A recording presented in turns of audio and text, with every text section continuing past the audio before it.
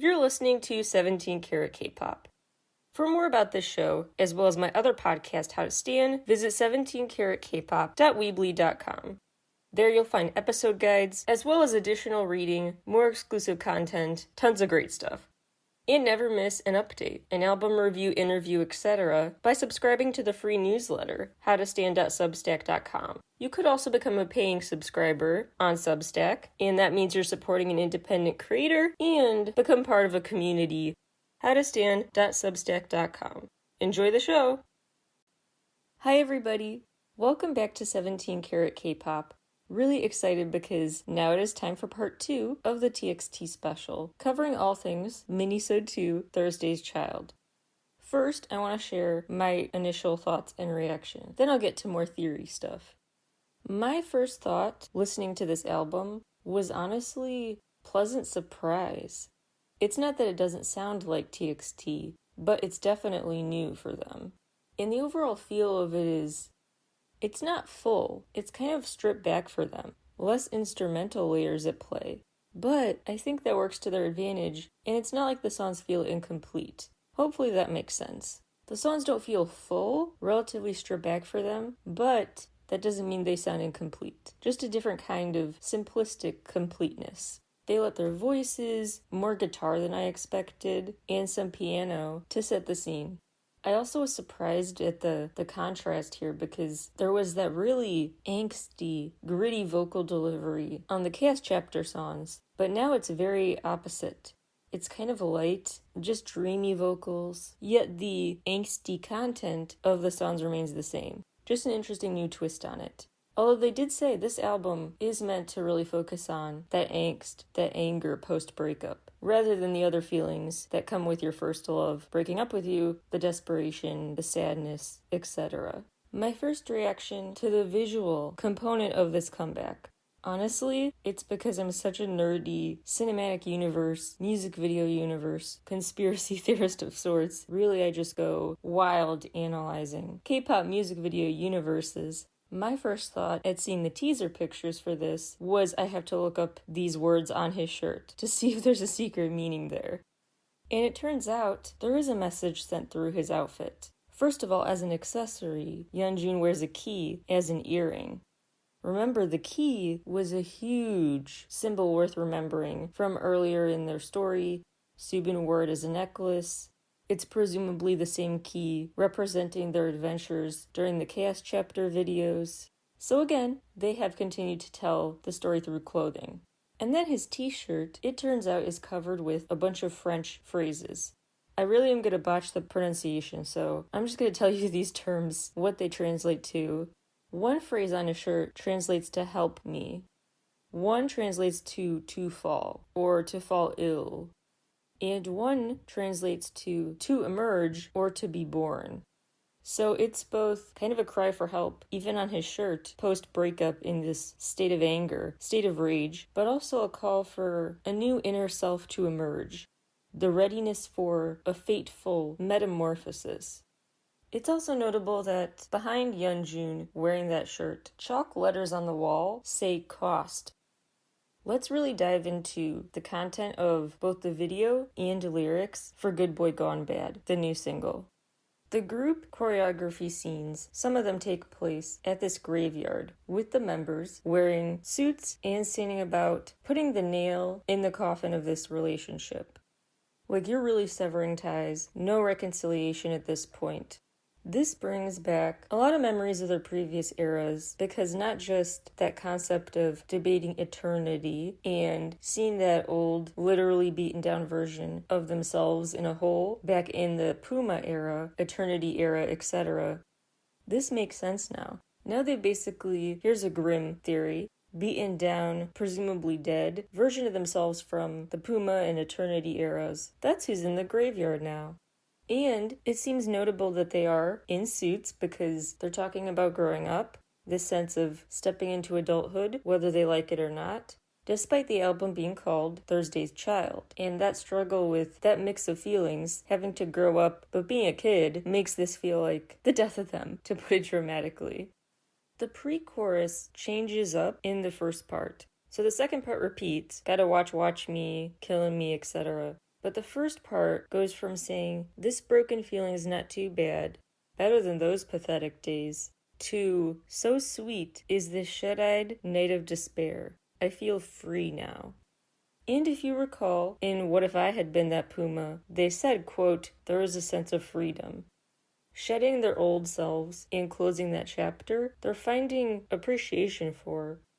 They reference their tail wagging and, quote, "giving up love to the dogs" in Good Boy Gone Bad, which just to me reminded me of the cute, youthful cat and dog era that they have now severed ties with. There's a really interesting contrast between the lyrics in Everlasting Shine and the bridge of Good Boy Gone Bad. Everlasting Shine says, quote, "Our rainbow-colored days will advance forward. You'll shine like a diamond. Let's turn these tears into hope. Polish it, you're a diamond." In this new song, quote, "I bleed monochrome diamonds. From polishing your diamond in your rainbow-colored days to bleeding out monochrome diamonds instead." Another theme reappearing on this song, wings. They say, quote, "Fall head first with broken wings. Doesn't hurt anymore, even if I fall." Remember, in previous songs they talked about falling is fun, actually. That same sort of twisted desire to feel pain is back with a vengeance. Let's recall the symbolism in TXT's songs and music videos that were present in previous releases we talked about on part 1 of this TXT special. We talked about past examples of fire, setting stuff on fire, particularly books, papers. In Good Boy Gone Bad, they have a lyric about just burn it out. Subin sets a piece of paper on fire, and a white flower bursts into flames as well. They've referenced wind, coldness, fog, storms, overall dreary weather a lot in the past. Okay, I know this one is a major stretch, but you never know, because the Puma song is really, really still relevant. And in Puma, they reference a thick fog. In the new video, there's smoke and Subin wipes away fog on the glass. Just saying. And lightning is flashing. We talked before about flowers that continue to be present, particularly purple and white ones, which are, again, the focus, at least for Huening Kai in Good Boy Gone Bad. But at the end of the video, the members have a bunch of different colored flowers they drop into the hole, not from that purple and white bouquet. A lot of references to mazes, feeling trapped, feeling stuck, losing in a game, losing a battle, being in a bottomless pit, pitch darkness around you, etc. We obviously see more of that now, more references to blood, bleeding, both visually and in the lyrics. Questions about what is in your dreams, literally in your dreams, part of this dreamlike state, is again back on this release with the B-side Trust Fund Baby, where they say, quote, "Whether it's a dream or love," which is doubly interesting when you think how they set that up as mutually exclusive. It's a dream or it's love. References to fate and destiny are back. References to tears are back. Previous examples, goodbye to tears, turn these tears into hope, I always tear up after waking. And meaningfully, a giant blinking eye is a big focus of the new video, which I think is meant to kind of nod back to the giant glowing-eyed creature from past videos lurking, following them, but also this theme of crying. In each member at one moment, we see a single tear run down their faces. They talk about this again on the B-side, called Thursday's Child Has Far to Go. Quote, "I won't cry again. I'll cry as much as I like." A smile that blooms tears on top. That blooming flower reference in the same sentence, really interesting. We talked about past references to hand holding, trying to reach out and grab someone's hand, that symbolic gesture. Now Subin's hand is all bloodied and bandaged. But symbolically, they continue to feel united by hand holding. On Lonely Boy, Yeonjun sings, quote, "We became one when we held hands." In a Chaos Chapter song, Love Song, the member said, quote, "I know you're my one and only." Now in a new song, Lonely Boy, they overtly say, "She ain't my one and only." On a previous song, Loser Equals Lover, they talked about, quote, "Lover with a $sign is a loser." Now they say, in Trust Fund Baby, quote, an empty wallet with the name of a heart that is even more empty than that. Lover with no $sign. In Puma, which continues to be super significant, they sing about a green light, but the music video is bathed in red light, the cave they are in. On Good Boy Gone Bad, Yeonjun is on a motorcycle speeding through a green light-filled tunnel. Presumably, the green light Puma had been singing about but had not been able to reach yet. Last big connection I see to their previous work. Thursday's Child has far to go nods to both No Rules and the song New Rules. So in verse 1, they say, quote, the weekend is too far away, it'll be a messy 7 days, referring to when the best time to break up is. On No Rules, they were saying, quote, oh my, it's a big mess, they repeat. Verse 2 of this new song, quote, the trend that is blowing up lately, today's hashtag breakup, then paste glow up, and New Rules referenced that social media activity too, quote, why on Facebook, why on Instagram, etc. They're revisiting the themes of both No Rules and New Rules, and in other parts of this new release, Puma and What If I Had Been That Puma. Really interesting, they revisit some songs from two completely different angles more than once. It really leads to this inherently complex storytelling. Other things to note about this release, and in general, quotes that aren't about a bigger theory or parallels to past releases, but just really good, quotable lyrics. Let's talk about all that general stuff now. This mini album is called Minisode 2, Thursday's Child, because they feel like they're living in that weird transition moment. Like a Thursday. Thursday's kind of a transition point. The week is almost over, but it's not quite that weekend feeling. And they're kind of in that place mentally with not just growing up, but breaking up. That's why they jokingly say, hey, maybe we should break up on a Thursday. Perfect day for it. Close to the weekend, not too close to it. At a press conference for this release, they confirmed is really about the post-breakup anger you feel and the depths of it. Really stressing the depths of it. How when you're young and in love, it feels so permanent and so all-encompassing that when the relationship is gone, it really feels like your whole world is. And you have to kind of relearn things about how to exist in the world, single, and metamorphosize into a new version of yourself. They said a big part of the choreography they want people to remember is this Good Boy Gone Bad dance move that almost looks like they're putting a crown on their head, which is a cute reference back to their debut song, Crown. This is the first TXT project where every track has TXT members' contributions. It's also the first time the group has split for unit songs. Yeonjun and Hyunin Kai on Lonely Boy, and the other three on Thursday's Child has far to go. All 5 members said the most relatable of the songs here is Trust Fund Baby, which Taehyun wrote after getting inspired by games actually. Video games, computer games. You inherently have a leg up on the competition if you have more in-store clout, basically. More in-store perks, prize packs, superpowers, which I thought was a really interesting way to put it. How life is kind of like a game.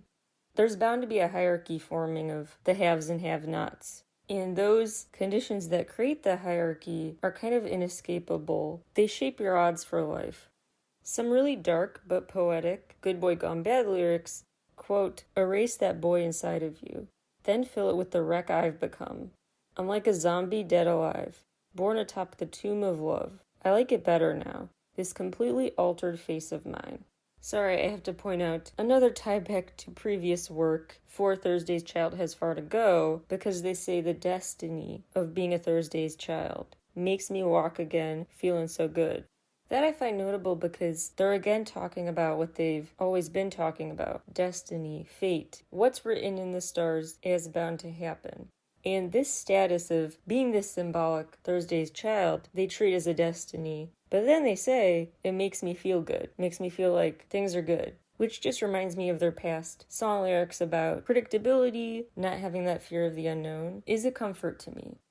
My favorite lyric, though, on Thursday's Child Has Far to Go, is probably, quote, let's break up on Thursday. On Friday I'll cry as much as I like. Pull yourself together on a Saturday night. There's a really interesting, ambiguous term used in opening sequence, where they say double tracks in the shadows. So that could refer to a different version of themselves following, someone else following them, that creature in the shadows from previous music videos, double tracks in the shadows. Just thought that was notable. Really profound lyrics from Trust Fund Baby. Quote, "The shining spoon to me is someone else's story. Someone that already has their dreams. There's no game over in their lives."